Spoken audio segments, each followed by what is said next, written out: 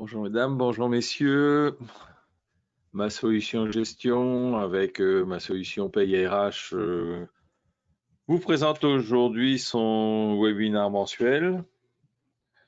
Ce webinaire sera évidemment sur comme prévu sur les entretiens périodiques et tout ce que cela concerne tout autour de ces fameux entretiens. Donc on va démarrer puisque l'heure est l'heure. Donc bonjour à tous et à toutes. Je suis Franz Duboissé, consultant RH, ancien DRH dans différents secteurs comme le service, le commerce, le BTP,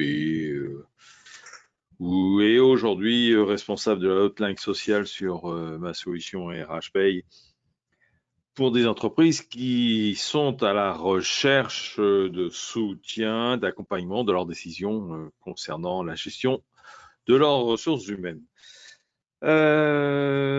Donc aujourd'hui, ce qui nous réunit aujourd'hui, les entretiens périodiques. Donc la vie des salariés est jalonnée quand même de différents entretiens. Alors du coup, évidemment, la vie des managers ou des chefs d'entreprise est très occupée par ces mêmes entretiens. Outre le caractère qualitatif qu'ils puissent avoir, ils ont surtout un caractère législatif qui peut mettre en difficulté une entreprise si celle-ci n'a pas assumé ses obligations en la matière. Donc, c'est ce que nous allons voir aujourd'hui. C'est ce que nous allons voir tout de suite. Alors, d'où proviennent, si tu veux bien te mettre, d'où proviennent tous ces entretiens, comment cela se fait que l'on en ait aujourd'hui autant d'entretiens et une obligation telle sur ces entretiens. L'intervention de l'État dans la gestion des ressources humaines d'une entreprise est relativement récente. Les premières traces de cet interventionnisme remontent à 1982 avec les lois Roux et la formalisation d'un droit d'expression des salariés.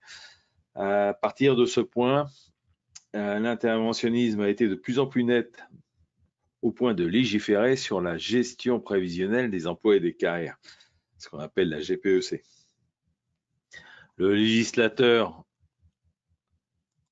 a légiféré pour harmoniser évidemment les chances des salariés entre les très grandes entreprises et les très petites et faire entrer des pratiques sophistiquées dans les entreprises qui n'en ont pas obligatoirement les moyens ou sont tellement éloignées de cette vision. Par ce mouvement, l'État accompagne donc les grands changements par les lois qui s'imposent aux entreprises et leur impose de rencontrer surtout officiellement et avec une mise en scène extrêmement normée tous ces salariés, comme par exemple l'entretien de forfait suite aux lois sur les 35 heures. L'objectif de ces règles est simple, il est de faire en sorte que le salarié puisse acquérir un maximum de connaissances dans les meilleures conditions et augmenter ainsi ses chances de retrouver un emploi. C'est ce qu'on appelle améliorer son employabilité. En gros, il faut bien le dire, s'il est parfaitement employable, il peut donc facilement retrouver un emploi. Du coup, son licenciement n'est plus un drame, mais une anecdote dans sa carrière. Et il sera donc beaucoup plus facile d'alléger les procédures de licenciement puisque les conséquences de ce licenciement seront d'autant plus faibles.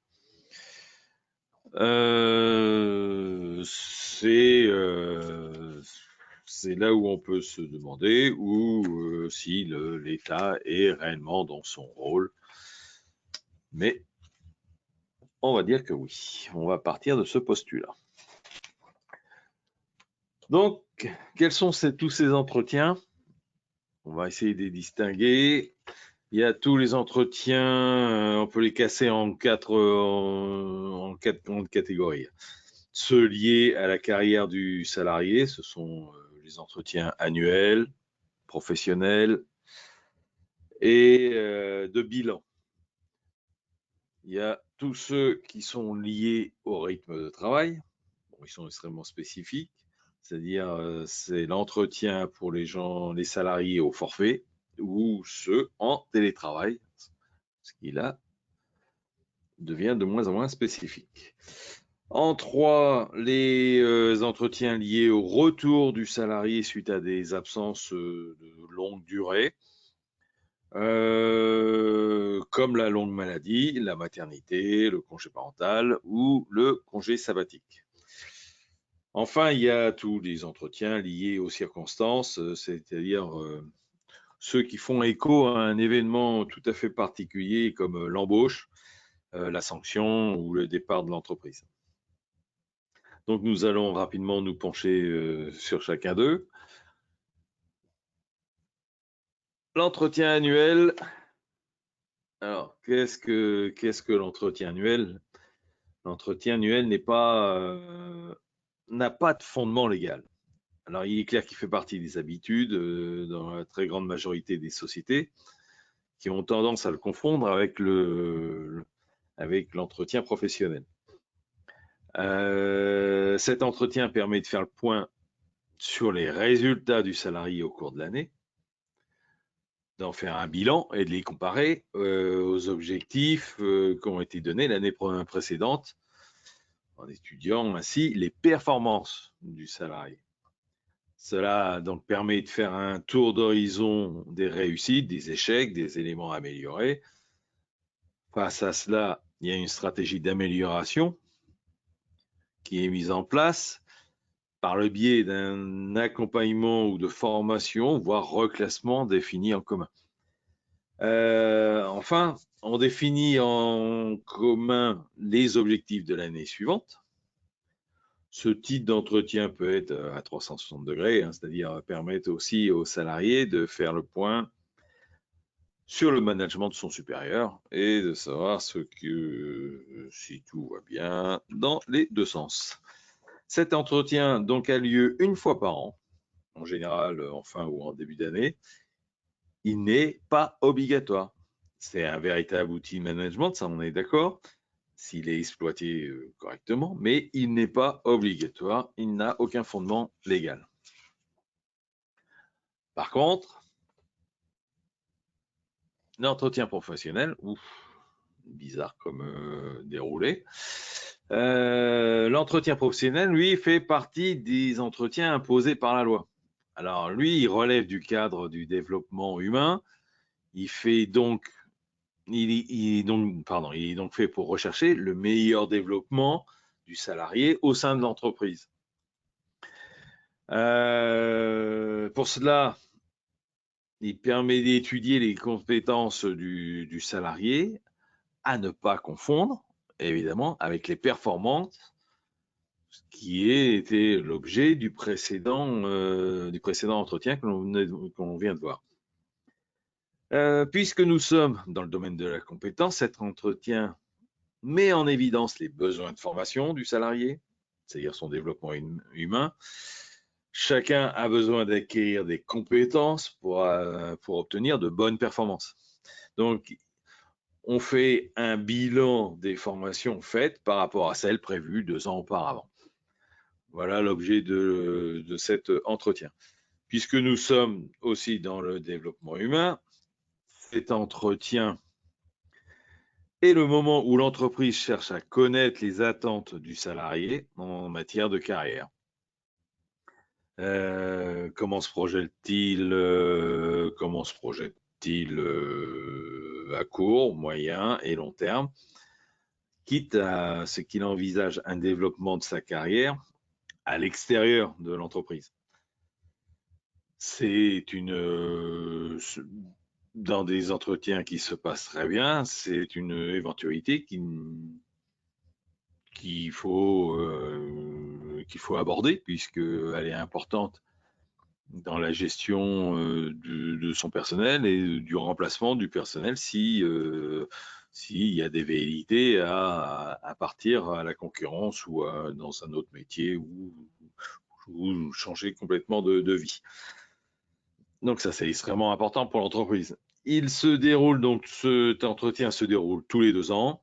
Il est conduit et il peut être conduit par un autre élément que le supérieur hiérarchique, contrairement au premier entretien, parce que l'entretien annuel, c'est évidemment le supérieur hiérarchique qui peut le tenir.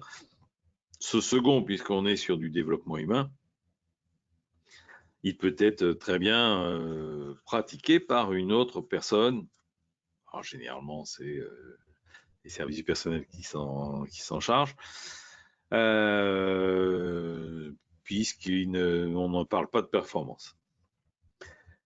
Donc, il est obligatoire, il est absolument obligatoire. Et s'il n'est pas fait s'il est raté sur une période de 6 ans, il peut devenir un élément évidemment extrêmement négatif en cas de contestation, de rupture, d'autant plus si cette rupture fait référence à des performances, et peut faire surtout l'objet d'une pénalité pour les entreprises de plus de 50 salariés par un abondement du compte personnel de formation du salarié qui peut aller de 3 000 à 9 000 euros. Ça, évidemment, sur une personne, ça peut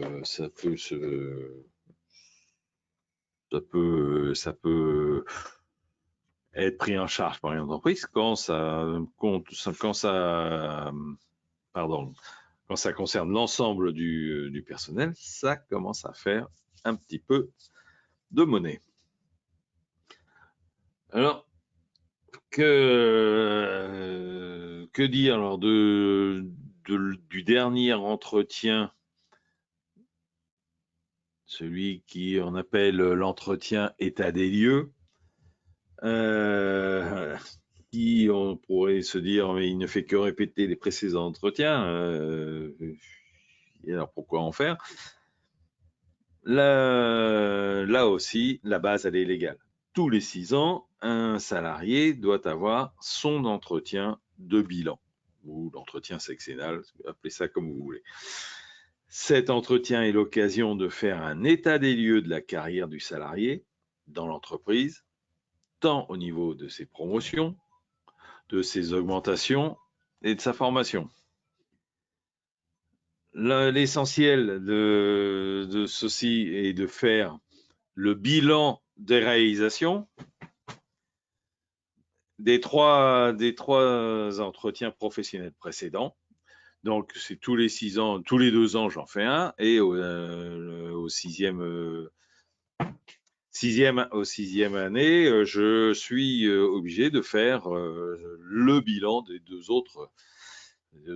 Donc, cet entretien peut faire apparaître une absence de formation pendant toute la période des 6 années précédentes, ce qui va impliquer évidemment le paiement auprès de l'OMCO d'un abondement sur le CPF du salarié. Et ça fera l'objet d'une déclaration particulière, comme vous avez pu voir sur le portail de vos OPCO. C'est en ça que cet entretien d'état des lieux, qui facilement oubliable, hein, on peut le dire, vu que c'est tous les 6 ans, a sa grande importance, parce que vous avez face à cette obligation et face à la non-tenue de cet entretien, une pénalité qui est prise en charge par l'OPCO. C'est l'occasion aussi de faire un bilan de l'évolution de carrière du salarié, c'est-à-dire quelles sont les augmentations de coefficients, les changements de poste, les changements de catégorie, tous les changements que l'on peut vivre au cours de sa carrière. Le but, il est simple, le but est d'éviter que le salarié entrant en manœuvre à 18 ans finisse manœuvre à 62 ans et bientôt à 64 ou 65. Toujours le même constat, ce qui est possible sans trop de problèmes dans une très grande entreprise peut être particulièrement complexe dans une TPE ou encore plus chez un artisan. Enfin, il est fait un bilan des augmentations de salaire au cours des 6 dernières années. Alors, il sera intéressant quand même de lire les premiers arrêts de la Cour de cassation sur ce sujet, parce qu'en particulier sur les personnes qui sont au SMIC. Parce que est-ce que l'on va considérer que le SMIC a augmenté quasiment chaque année? Bon, alors là, exceptionnellement, cette année, il n'a pas été touché, mais du fait de la loi et non du fait de l'employeur, est-ce que cela rentre dans les augmentations de salaire du salarié? C'est une interrogation qu'on pourra avoir, hein. Et je ferai les mêmes remarques pour les augmentations générales visées par la négociation annuelle ou par les augmentations de la convention collective, donc de la grille salariale. Est-ce que ces augmentations sont du fait de l'employeur et rentrent donc dans la gestion de ses salariés et du développement de ses salariés, ou c'est une augmentation subie parce que contrainte par le SMIC, contrainte par la grille de salaire, toutes celles qui sortent actuellement, par exemple, en sont un excellent exemple, vu que pas mal de secteurs ont oublié de négocier en 2020, oublié de négocier en 2021 et se retrouvent en 2022 à négocier de façon extrêmement forte pour essayer de rattraper le SMIC, par exemple. Donc, toujours pareil, le but, c'est d'éviter que le salarié entre au SMIC à 18 ans et finisse sa carrière à 62 ans au SMIC. Même remarque donc que précédemment. C'est-à-dire, si ça peut être à peu près simple pour une grosse boîte, ça l'est tout de suite beaucoup moins dans une TPE ou chez un artisan. Donc cet entretien a lieu tous les 6 ans, il est obligatoire et il est pénalisé de la même façon que l'absence d'entretien professionnel, 3 000 à 9 000 par salarié d'abondement sur le CPF. Ça, c'est donc les 3 entretiens extrêmement importants que logiquement toutes les boîtes ont dû faire ces derniers temps. Surtout si elles sont capables de faire l'entretien d'évaluation annuel, celui qui n'est pas légal. Il sera extrêmement compliqué pour se défendre de dire que n'était pas en capacité de faire l'entretien professionnel ou l'entretien de bilan, évidemment. Autre entretien, c'est-à-dire que deviennent tous ces entretiens liés aux conditions de travail? Eh ben, l'entretien de forfait, je n'appelle l'entretien de forfait, mais enfin, c'est un terme un peu pas très bien tenu. Dans la catégorie des entretiens liés aux conditions de travail, donc il existe l'entretien des salariés au forfait et jour. Au cours de celui-ci, on étudie évidemment les conditions dans lesquelles le forfait s'exécute. Il permet d'échanger sur le difficile équilibre entre vie professionnelle et vie privée, sachant que les horaires de la personne au forfait sont faiblement encadrés et qu'il est totalement autonome dans son emploi du temps, qui porte ouverte à des débordements. On étudie évidemment aussi si la charge de travail demandée correspond bien au forfait signé. Et donc, est-ce que cette charge peut entrer dans le forfait déterminé en tout début de contrat, hein. Enfin, on échange sur la correspondance entre la rémunération et le travail accompli pendant le forfait. si elle prend bien en compte le volume horaire et le travail accompli. 3 points, donc vie privée, charge de travail et rémunération. Ils sont obligatoirement à voir dans cet entretien. Entretien qui se déroule une fois par an, qui est évidemment obligatoire et sous peine de voir. Alors, il est obligatoire et de façon extrêmement importante, hein, parce que s'il n'est pas fait, on peut voir la convention privée de tous ses effets.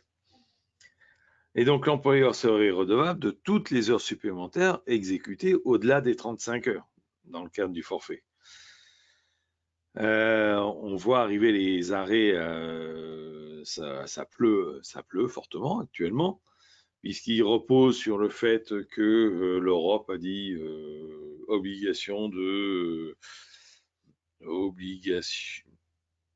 grande obligation de respect des horaires, même pour les gens au forfait, qui a été traduit en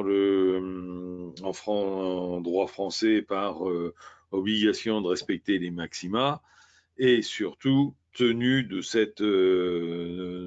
cet entretien annuel. Donc, pour les maxima, vous serez en tant qu'employeur à la solde de ce que le salarié voudra bien dire. Et je vous rappelle qu'en matière d'heures, c'est l'employeur qui doit prouver que la personne n'a pas exécuté d'heures au-delà de ce qu'elle devait faire. Alors évidemment, cet entretien, il peut faire partie de l'entretien annuel, c'est généralement ce que l'on fait. C'est généralement aussi la dernière partie de l'entretien, ce qui permet de valider l'accord sur son forfait dans l'accord global de l'entretien annuel. Cet entretien n'est franchement pas à prendre à la légère, il est extrêmement important vis-à-vis des dernières décisions, franchement, de la Cour de cassation. Il est plus qu'essentiel et il serait bon de prendre quelques précautions à ce niveau-là, parce qu'évidemment, dans le droit social, on le sait, quand tout va bien, mais quand tout va mal et que ça se fâche, tout est bon pour faire un petit peu mousser le jugement des prud'hommes. Autre entretien, l'entretien lié aux conditions de travail, hein. C'est l'entretien télétravail. Eh ben oui.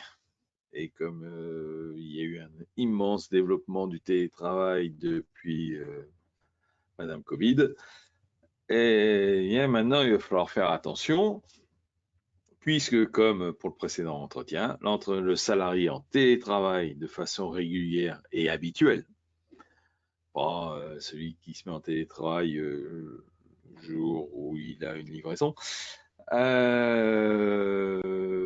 celui qui est réellement en télétravail de façon régulière et habituelle doit officiellement rencontrer son employeur. Cela permet de faire un état des lieux des conditions de travail, installation privée, matériel, rapport avec l'équipe. Durant cet entretien, il est essentiel de faire le point sur les temps et horaires de travail, absolument essentiel. Cette mise au point est essentielle pour la notion de contrôle. Je vous rappelle qu'en télétravail, quand vous faites une convention, une DUE ou n'importe pour encadrer ce contrat de travail, vous devez établir des horaires qui vous permettront à l'employeur de prendre contact avec le salarié et de contrôler pour travailler ou contrôler le travail fait à distance. Au-delà de ces horaires, l'employeur ne pourra plus ni interroger, ni ni contrôler évidemment le travail, puisque les horaires ont été définis. Donc c'est excessivement important de bien encadrer l'affaire, ce qui permet de valider aussi le ressenti du salarié face à cette organisation, et, si besoin, de mettre en place des procédures spécifiques pour organiser les descentes et les remontées d'informations, les délais de remise de travail, enfin, une organisation essentielle pour le contrôle du travail du salarié à distance, qui est c'est un contrôle tout à fait particulier et extrêmement compliqué dans le cadre de l'entretien professionnel. Enfin, cet entretien est l'occasion de valider l'adaptation du salarié et du service à cette organisation du travail. Il faut savoir que le CSE et sa commission sécurité, au cas où soyez assez important pour avoir une commission sécurité, donc la commission sécurité et conditions de travail, est en droit de vérifier le bon déroulement de ces entretiens. Ça rentre dans sa compétence d'organisation du travail. C'est important, c'est essentiel d'avoir ça en tête tout de même pour le bon équilibre de votre dialogue social au sein de votre entreprise. Enfin, il y a tous les entretiens liés au retour d'absence de salariés. Alors, est-ce qu'il faut vraiment faire un entretien? Eh bien, autre entretien pour le retour d'absence, il s'adresse aux salariés revenant d'une absence longue durée, telle que la longue maladie, le congé maternité, le congé parental, le congé sabbatique ou tout autre type d'absence qui a éloigné longtemps le salarié de son travail. Cela permet de renouer avec le salarié et de faire un point sur son déroulé de carrière, comme lors de l'entretien professionnel, ce qui d'ailleurs a énormément de similitudes. L'employeur pourra évaluer avec le salarié ses besoins de formation en fonction des modifications de l'environnement global dans l'entreprise, hein, et pourra faire le point sur les écarts de rémunération que l'absence aurait créé au cas où il y avait un écart de rémunération. Cela aussi sera l'occasion de voir avec lui les différents changements d'organisation, entrée de nouveaux logiciels ou la restructuration des services, l'arrivée des nouveaux salariés, des anciens, des départs, des machins. Bon, toute la vie classique de l'entreprise. L'objectif de ces entretiens est que le salarié ne soit pas perdu à son retour. Cet entretien a lieu évidemment au retour du salarié dans l'entreprise. Il est obligatoire de la même manière que l'entretien professionnel.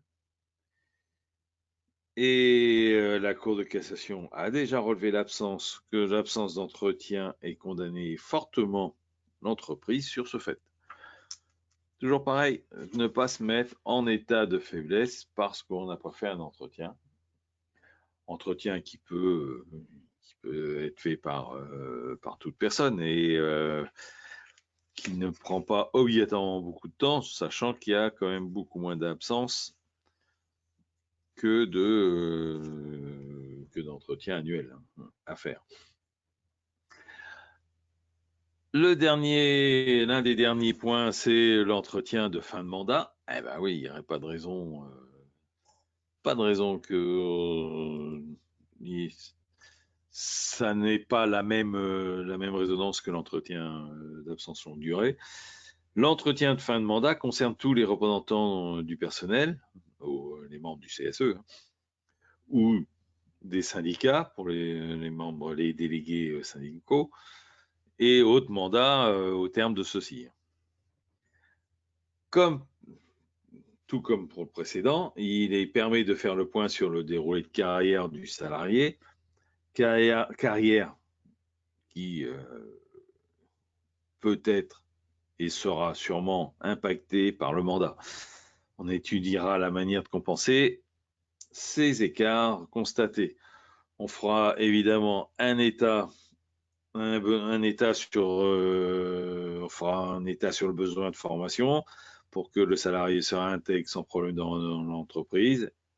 Et dans des situations particulières, il pourra même être envisagé le reclassement du salarié dans un poste plus adapté.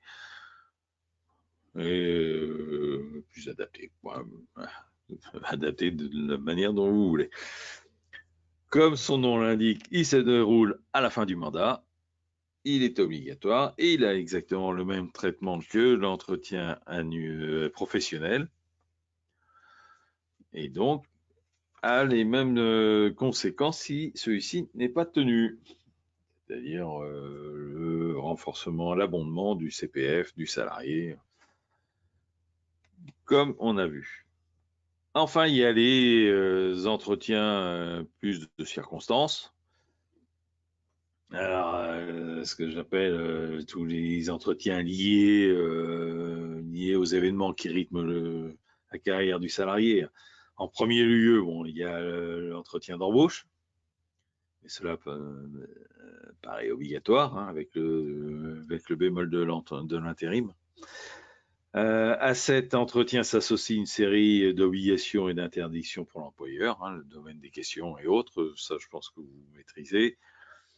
Pendant cet entretien, on n'aborde pas tout et n'importe quoi, on se limite à ce qui concerne l'entreprise, le job, les compétences, à la limite les performances, mais rien sur, évidemment, tout ce qui est lié à la famille, lié à la religion, lié à toutes ces choses extérieures qui n'ont pas de conséquences avec l'emploi.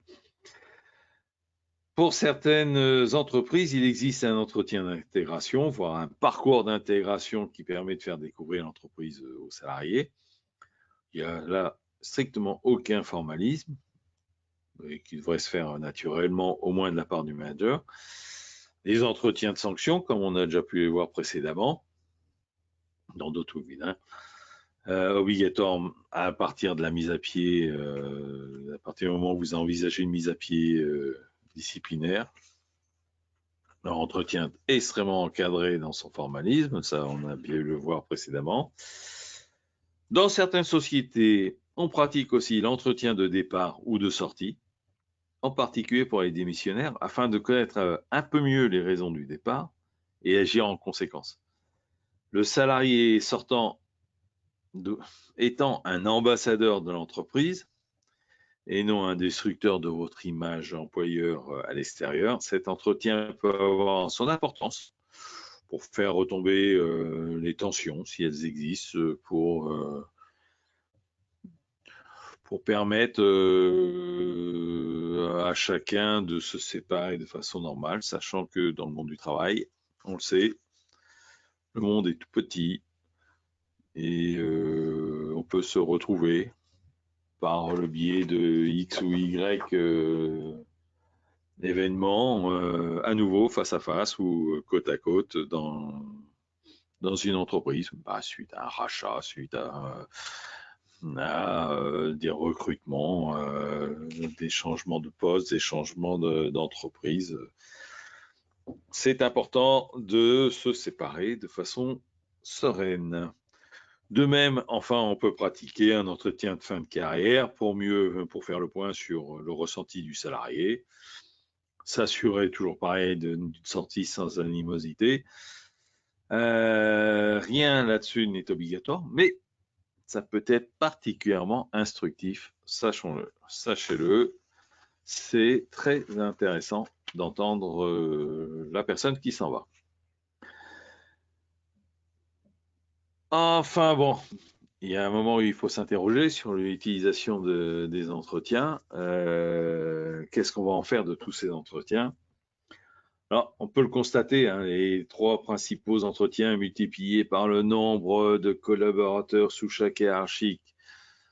Tout ça fait qu'au bout du compte, cela va prendre beaucoup de temps à l'encadrement. Alors, il serait doublement négatif de ne pas les rendre efficients et constructifs pour l'entreprise et pour les salariés, évidemment. Ainsi, il est indispensable de construire, à mon avis, un guide commun pour l'ensemble de la société afin que les informations collectées soient facilement compilables et exploitables. Si vous acceptez de prendre beaucoup de temps pour collecter, compiler, analyser les chiffres des achats, des ventes de votre entreprise,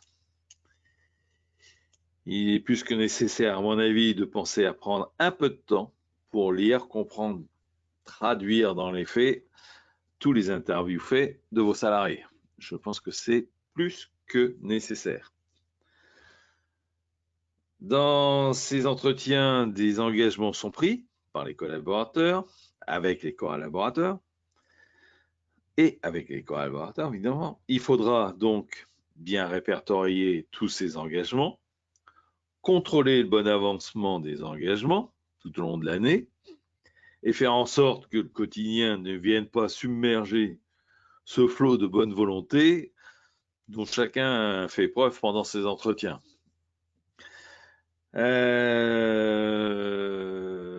Vraiment, il faut donner du sens à ces entretiens en passant de la parole à l'acte. Hein. C'est exactement ça. Ce n'est pas que un flot sans fin d'engagement, de bonnes, oui, de grands engagements pris par le salarié, ou par l'entreprise d'ailleurs, et surtout par l'entreprise, c'est des engagements, des dates, des faits, et je suis un grand tableau qui permet de voir si cela est fait. L'exploitation des informations collectées donc, sont une source inépuisable pour votre politique sociale. Il est essentiel de bien les analyser pour éviter les trous dans la raquette, les départs en cascade et une impossible stabilité des effectifs, des mécontentements graves freinant considérablement la rentabilité des femmes et des hommes que vous avez, vous, embarqué dans votre challenge. Il est essentiel d'exploiter ces entretiens. C'est beaucoup de temps, c'est beaucoup de temps de préparation, beaucoup de temps pour les passer. Faites en sorte de passer un peu de temps pour que tout ce temps accumulé soit rentable pour l'entreprise. Voilà ce qu'il y a à dire sur les entretiens que l'on peut avoir, qu'on doit avoir tout au long de la carrière d'un salarié qui rentre dans votre entreprise.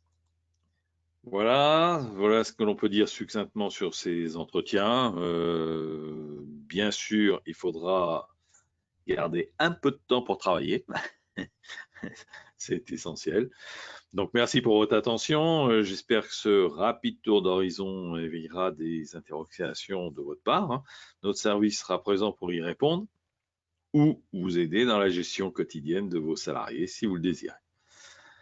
Donc, je vous donne rendez-vous pour notre prochain webinaire qui aura lieu le 12 avril 2022. Nous nous pencherons là sur la problématique du licenciement pour faute. Pas mal de questions à se poser là aussi et pas mal de procédures à respecter. Voilà, je vous remercie pour votre attention et je vous souhaite à toutes et à tous une excellente semaine. Merci et à bientôt.